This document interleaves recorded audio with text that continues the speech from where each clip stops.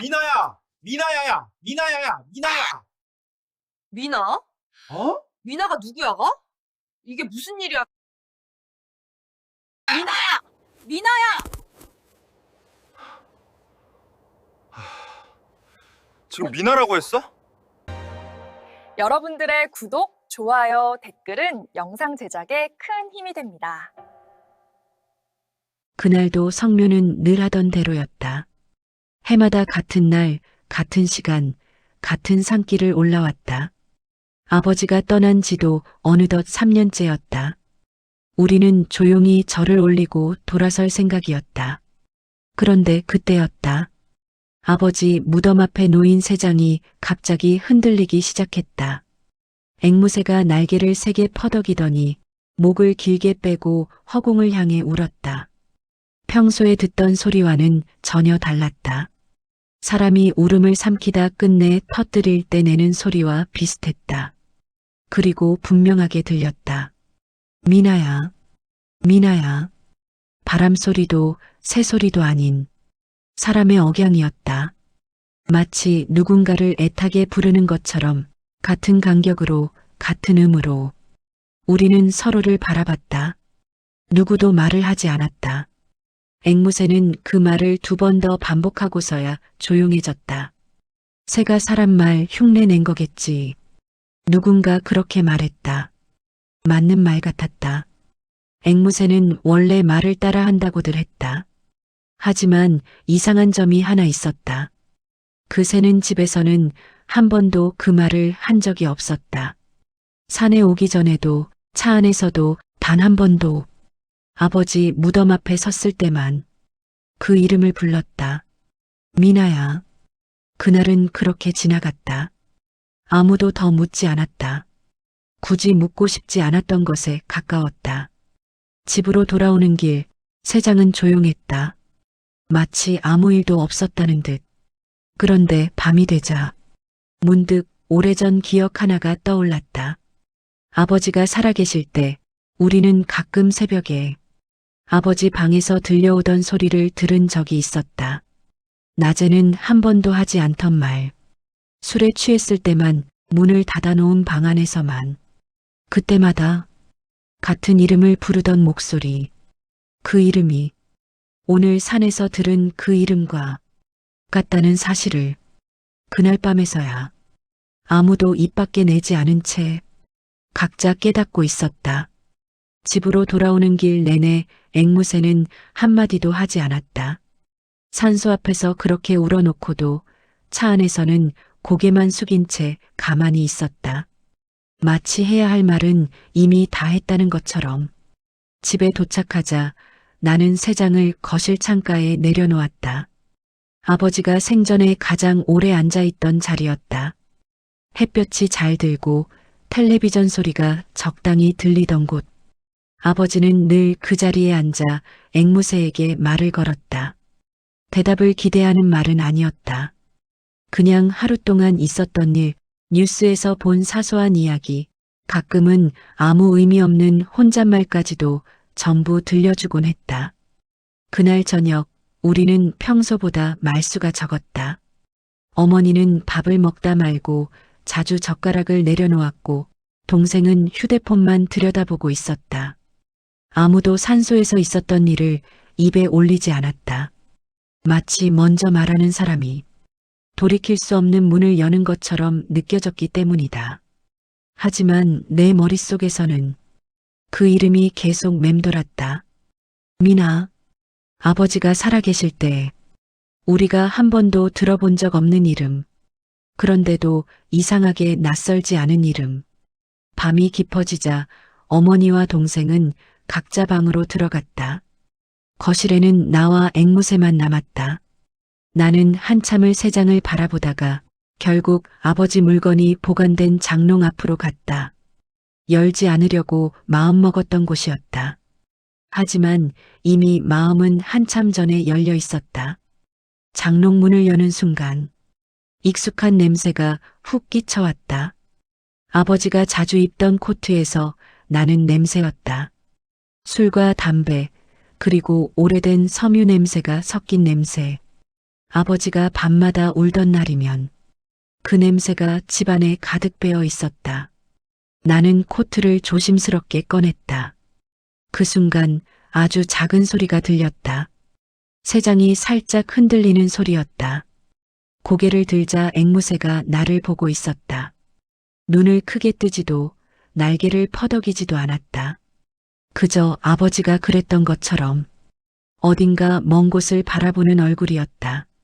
그리고 낮과 똑같은 억양으로 이번에는 더 또렷하게 말했다. 미나야.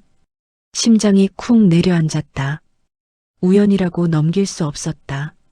산소에서 그리고 지금 이 순간까지 같은 냄새, 같은 공기, 아버지가 있던 자리에서만 그 이름이 나왔다.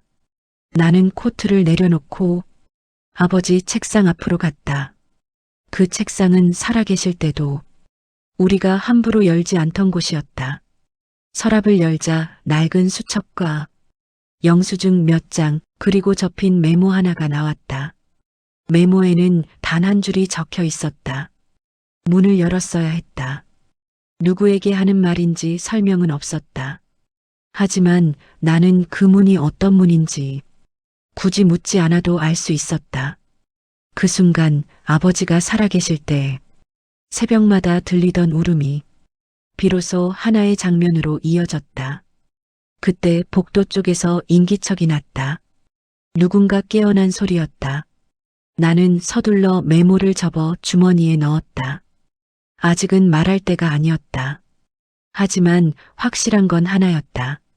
아버지는 우리에게 말하지 못한 이야기를 이세에게만 남겨두었다는 것. 그리고 이제 그 이야기를 우리가 이어받아야 할 차례가 되었다는 것. 그날은 아무 특별할 것 없는 오후였다. 아버지는 혼자 점심을 먹고 나서 텔레비전을 켜둔 채 거실 소파에 앉아 있었다. 앵무새는 늘 그렇듯 창가 쪽 새장에 있었고 아버지는 리모컨을 쥔 손으로 무의미하게 채널만 돌리고 있었다. 보는 것도 아니고 듣는 것도 아닌 그저 시간을 흘려보내는 얼굴이었다. 초인종이 울린 건 그때였다. 요란하지도 급하지도 않은 딱 한 번의 짧은 소리였다. 아버지는 바로 일어나지 않았다. 요즘엔 방문하는 사람도 없었고 택배라면 다시 울릴 거라 생각했을지도 모른다. 하지만 초인종은 다시 울리지 않았다. 대신 문 너머에서 조심스러운 발소리가 들렸다. 그리고 잠시 뒤 낯선 여자의 목소리가 낮게 들려왔다. 아버지, 계세요? 그 한마디에 아버지의 몸이 굳었다. 리모컨이 손에서 떨어졌지만 주워들 생각조차 하지 않았다. 그 목소리는 분명 낯설었지만 동시에 너무 익숙해서 모른 척할 수 없는 목소리였다. 아버지는 천천히 자리에서 일어나 현관 쪽으로 걸어갔다. 문 앞까지 가는데 평소보다 훨씬 긴 시간이 걸렸다. 문고리에 손을 얹은 채 아버지는 그대로 멈춰섰다. 문 하나를 사이에 두고 시간이 흐르고 있었다. 저, 미나예요. 그 말이 들리는 순간 아버지의 숨이 크게 흔들렸다. 문을 열지 않아도 그 얼굴이 그려졌다. 어릴 적 사진 속에서 보던 모습이 아니라 상상 속에서만 몇 번이나 그려봤던 성인이 된 아이의 얼굴. 아버지의 머릿속에는 지금의 자식들 얼굴이 스쳤다. 밥 먹으며 웃던 모습, 각자의 삶을 살아가며 아버지를 아버지로만 기억해주던 아이들. 그 평온한 질서 속으로 이 이름을 들여놓는 순간 모든 게 흔들릴 것 같았다. 문을 열면 설명을 해야 했다. 왜 지금까지 말하지 않았는지, 왜 혼자 알고 있었는지, 왜 이제 와서 나타났는지. 아버지는 그 모든 질문을 감당할 자신이 없었다. 문 앞에서 미나는 한 번 더 말했다. 잠깐이면 돼요. 그냥 얼굴만 보고 싶어서요. 아버지는 눈을 감았다. 그 말이 가장 잔인했다. 돈도 인정도 아닌 얼굴만 보고 싶다는 말. 그 요구 앞에서 아버지는 더 작아졌다. 결국 문은 열리지 않았다. 문고리에 얹힌 손이 천천히 떨어졌다. 아버지는 한 발짝 뒤로 물러났고 현관에는 다시 정적이 흘렀다. 잠시 후 문 밖에서 발소리가 멀어졌다. 계단을 내려가는 소리, 현관문이 닫히는 소리, 그 모든 소리를 아버지는 숨을 참고 들었다. 그날 밤 아버지는 처음으로 방에서 울었다. 소리를 죽이려고 애쓰지 않았다. 마치 이제 와서야 울 수 있게 된 사람처럼. 미나야, 미안하다. 그 말이 끊어질 듯 이어졌다. 그리고 그 방 한쪽에서 앵무새는 그 울음을 처음부터 끝까지 가만히 듣고 있었다. 그날 이후로 아버지의 밤은 완전히 달라졌다. 낮에는 여전히 평소와 같았다. 밥을 먹고 텔레비전을 보고 가끔 동네를 한 바퀴 돌았다. 말수도 크게 늘지 않았고 표정도 특별히 달라 보이지 않았다. 그래서 우리는 몰랐다. 아니, 정확히 말하면 보지 않으려 했다. 밤이 되기 전까지는 아무 일도 없는 사람처럼 보였기 때문이다. 밤 10시가 지나면 아버지는 방으로 들어갔다. 예전에는 거실 소파에서 졸다 잠드는 날도 많았는데 그날 이후로는 꼭 방문을 닫았다. 문을 닫는 소리는 늘 조심스러웠다. 소리를 내지 않으려고 문고리를 끝까지 잡은 채 천천히 닫았다. 마치 누군가를 깨울까 봐서가 아니라 자신이 무너지는 소리를 들키고 싶지 않아서인 것처럼. 11시쯤 되면 아주 작은 소리가 들리기 시작했다. 흐느낌인지 한숨인지 분간하기 어려운 소리였다. 텔레비전 소리를 조금 키우면 가려질 정도였고 방문을 2겹이나 지나야 들릴 만큼 낮았다. 우리는 그 소리를 외로움이라고 불렀다. 어머니를 먼저 떠나보낸 뒤 생긴 늙은 사람의 적응이라고 스스로 설명했다. 하지만 자정이 가까워질수록 소리는 분명해졌다. 낮게 깔린 울음, 끊어지는 숨, 그리고 같은 말. 언제나 같은 순서였다. 먼저 긴 한숨이 나오고 잠시 정적이 흐른 뒤 이름 하나가 떨어지듯 흘러나왔다. 미나야. 그 이름은 크게 불리지 않았다. 누군가를 부르기보다는 스스로에게 확인하듯 말했다. 대답을 기대하지 않는 부름. 그래서 더 아팠다. 아버지는 그 말을 하고 나서 늘 잠시 멈췄다. 마치 그 다음에 이어야 할 말이 있는데 끝내 나오지 않는 사람처럼. 방 안에서는 작은 움직임이 반복됐다. 침대에 앉았다가 일어나는 소리, 창문 쪽으로 걸어가는 발걸음, 다시 침대 가장자리에 주저앉는 소리. 불은 거의 켜지지 않았다. 어둠 속에서만 할 수 있는 생각들이 있었던 것처럼. 그 시간 동안 방 한쪽에는 앵무새가 있었다. 새장은 늘 같은 자리에 놓여 있었다. 아버지는 일부러 옮기지 않았다.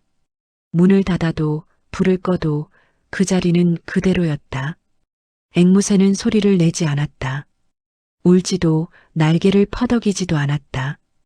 그저 고개를 조금 기울인 채 같은 울음을 밤마다 들었다.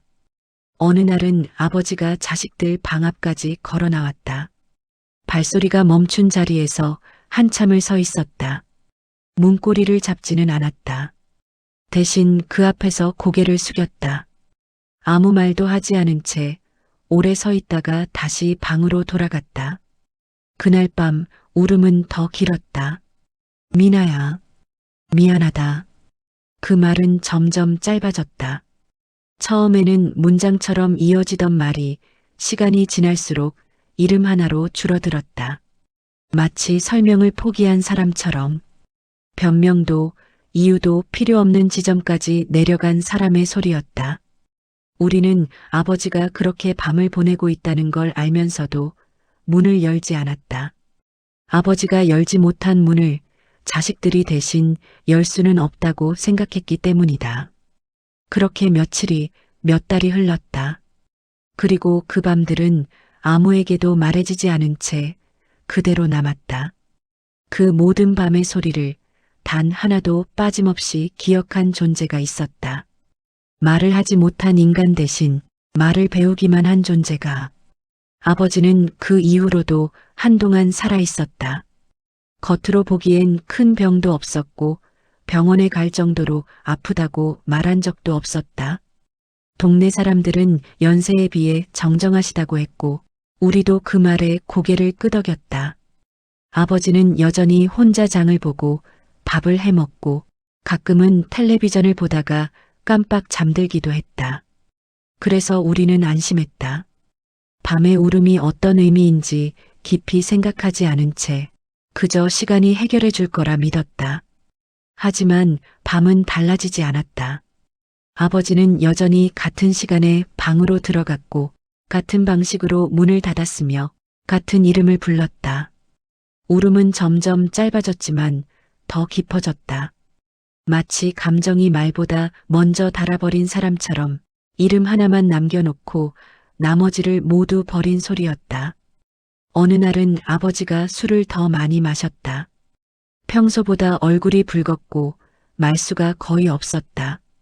우리는 그날도 아무 말하지 않았다. 괜히 말을 꺼냈다가 아버지가 애써 붙잡고 있던 것을 우리가 먼저 무너뜨릴까 봐서였다. 그날 밤 울음은 새벽까지 이어졌다. 문틈으로 흘러나오는 소리는 낮고 길었고 중간중간 숨이 끊어지는 소리가 섞여 있었다. 다음 날 아침 아버지는 평소보다 늦게 일어났다. 정확히 말하면 일어나지 않았다. 방문을 열었을 때 아버지는 침대에 앉은 채 고개를 숙이고 있었다. 잠든 모습과 비슷했지만 이상하게도 숨소리가 들리지 않았다. 이름을 불러도 어깨를 흔들어도 반응이 없었다. 그 순간 우리는 알았다. 이제는 깨울 수 없다는 걸. 병원에서는 심장 문제라고 했다. 연세를 생각하면 충분히 가능한 일이었고 갑작스러운 죽음도 아니라고 설명했다. 의사는 조심스럽게 평소에 스트레스가 많았을 것이라는 말을 덧붙였다. 그 말이 이상하게 오래 남았다.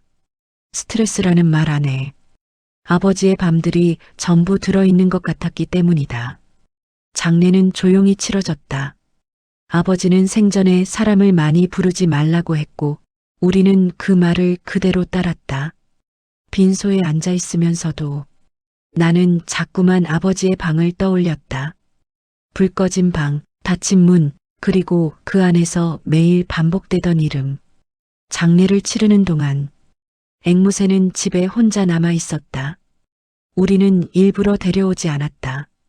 그 자리에 두기엔 어울리지 않는다고 생각했기 때문이다. 하지만 나중에 알게 됐다. 그 선택이 오히려 아버지를 더 닮았다는 걸. 아버지도 끝내 함께하지 못한 사람을 문 밖에 남겨두었으니까. 장례를 마치고 집으로 돌아왔을 때 집은 이상하리만큼 조용했다. 아버지의 발소리도 방에서 새어나오던 울음도 없었다. 그런데 그날 밤 세장은 처음으로 소리를 냈다. 우리가 아무것도 꺼내지 않았는데도 아무 냄새도 없었는데도 아주 작게 그러나 분명하게 미나야. 그 소리는 울음이 아니었다. 아버지가 살아있을 때보다 더 차분했고 더 단정했다. 마치 이제는 더 이상 숨길 필요가 없다는 듯 그 이름을 세상으로 꺼내놓은 것처럼 들렸다. 아버지는 그렇게 떠났다. 아무에게도 설명하지 못한 채, 문을 열지 못한 채 자신의 치부와 후회를 고스란히 남겨둔 채로. 그리고 그날 이후 그 밤의 기억은 우리에게로 넘어왔다. 아버지가 떠난 뒤 처음 몇 주 동안 우리는 앵무새의 말을 애써 무시했다. 장례를 치르고 집을 정리하고 일상으로 돌아가는 과정에서 그 이름이 다시 들려오는 게 불편했기 때문이다. 미나라는 두 글자는 너무 갑작스럽게 우리 삶에 들어왔고 아무도 먼저 그 의미를 묻고 싶어 하지 않았다. 하지만 문제는 생각보다 빠르게 커졌다. 앵무새는 아무 때나 말을 하지 않았다. 우리가 그 사실을 알아차리는 데는 시간이 조금 걸렸지만 일단 눈에 들어오고 나니 더는 외면할 수 없었다. 아버지의 물건이 나올 때였다. 코트를 꺼내 먼지를 털거나 서랍 깊숙이 넣어두었던 손목시계를 만질 때, 혹은 장롱에서 낡은 사진첩을 꺼낼 때, 그럴 때마다 앵무새는 고개를 들었다. 그리고 마치 약속이라도 한 것처럼 같은 억양으로 그 이름을 불렀다. 미나야. 처음엔 한 번이었다. 그 다음엔 2번, 그리고 어느 날은 3번 연속으로. 울음도 감정도 섞이지 않은 목소리였다. 그게 더 이상했다. 사람의 감정을 흉내내는 소리가 아니라 기억만 남은 소리 같았기 때문이다. 어머니는 그 소리를 들을 때마다 아무 말 없이 자리에서 일어났다. 부엌으로 가거나 화장실로 들어가 문을 닫아버렸다. 동생은 휴대폰을 더 세게 쥐었고 나는 괜히 새 장을 다른 곳으로 옮겼다. 하지만 장소를 바꿔도 소용없었다. 문제는 새가 아니라 우리가 만지고 있는 아버지의 흔적이었다. 결정적인 날은 아버지의 제삿날을 준비하던 날이었다. 제사상에 올릴 사진을 꺼내기 위해 액자 뒤를 닫고 있을 때였다. 아버지 얼굴을 마주한 순간 앵무새가 갑자기 크게 울었다. 그날은 처음으로 울음에 가까운 소리였다. 미나야, 미나야. 어머니가 그 자리에서 손을 멈췄다. 동생도 고개를 들었다. 그 순간 집안의 공기가 완전히 바뀌었다. 이제는 더 이상 그냥 흉내라고 말할 수 없는 단계였다. 그때 손자가 조심스럽게 입을 열었다. 아이의 목소리는 낮았고 마치 혼잣말처럼 들렸다. 왜? 이 새는 할아버지 물건만 나오면 이 말을 해? 아무도 바로 대답하지 못했다. 그 질문은 단순했지만 우리가 피해오던 모든 걸 정확히 찔렀다. 어른들이 눈을 피했고 어머니는 한참 뒤에야 말했다. 그만하자. 하지만 이미 늦었다. 한 번 입 밖으로 나온 질문은 다시 집어넣을 수 없었다. 그날 밤 우리는 처음으로 가족끼리 마주 앉았다. 누군가는 결국 이 말을 꺼내야 했다. 미나가 도대체 누구냐는 질문을. 그리고 그 질문은 아버지의 밤을 지나 아버지가 끝내 열지 못했던 그 문 앞으로 우리를 데려가고 있었다. 그날 밤 우리는 식탁에 둘러앉았다. 누군가 먼저 부르자고 한 것도 아니었고 회의하자고 정한 것도 아니었다. 그냥 각자 방으로 들어가지 못한 채 자연스럽게 그 자리에 남게 됐다. 마치 아직 끝나지 않은 이야기가 식탁 위에 그대로 놓여 있는 것처럼. 아무도 말을 꺼내지 않았다. 텔레비전도 켜지지 않았고 휴대폰도 손에 들지 않았다. 정적이 길어질수록 머릿속에서는 같은 이름이 반복됐다. 낮에 들었던 그 소리, 앵무새의 목소리, 그리고 아버지의 밤. 먼저 입을 연 건 어머니였다. 목소리는 낮았지만 망설임은 느껴지지 않았다. 그만 덮어두자고 하기엔 너무 오래 들었지. 어머니는 그렇게 말하고 한참을 손만 내려다봤다. 아버지가 살아있을 때도 어머니는 밤의 울음을 모른 척했다. 모르는 척해야만 가족이 유지된다고 믿었던 사람이었다. 동생이 그 다음 말을 이었다. 아버지가 숨긴 건 우릴 속이려고 한 건 아니었던 것 같아. 그 말에 나는 고개를 들었다. 그동안 아무도 입에 올리지 않았던 말이었다. 속임이라는 단어 대신 숨김이라는 단어를 쓴 것도 의도적인 선택처럼 들렸다. 나는 잠시 숨을 고르고 말했다. 아버지는 우리가 흔들릴까봐 그랬을 거야. 지금의 가족이 깨질까봐. 그 말이 나오자 식탁 위의 공기가 조금 달라졌다. 비난이 아니라 이해 쪽으로 기울기 시작한 느낌이었다. 아버지를 미화하려는 건 아니었다. 하지만 그날 문 앞에서 아버지가 느꼈을 감정을 우리는 이제 상상할 수 있었다. 어머니는 잠시 고개를 숙였다가 천천히 말했다. 그래도 그 아이는 혼자였겠지. 그 한마디가 모든 걸 결정했다. 누군가를 비난하지 않아도, 누군가를 옹호하지 않아도 그 말 하나로 충분했다. 그날 밤 우리는 처음으로 미나를 문제가 아니라 사람으로 불렀다. 누가 먼저 찾자고 말했는지는 정확히 기억나지 않는다. 다만 그 말이 나왔을 때 아무도 반대하지 않았다. 찾아보자. 그 말은 결심이기보다 확인에 가까웠다. 아버지가 끝내 하지 못한 일을 우리가 대신하겠다는 약속. 뒤늦게라도 문을 열어보겠다는 선택이었다.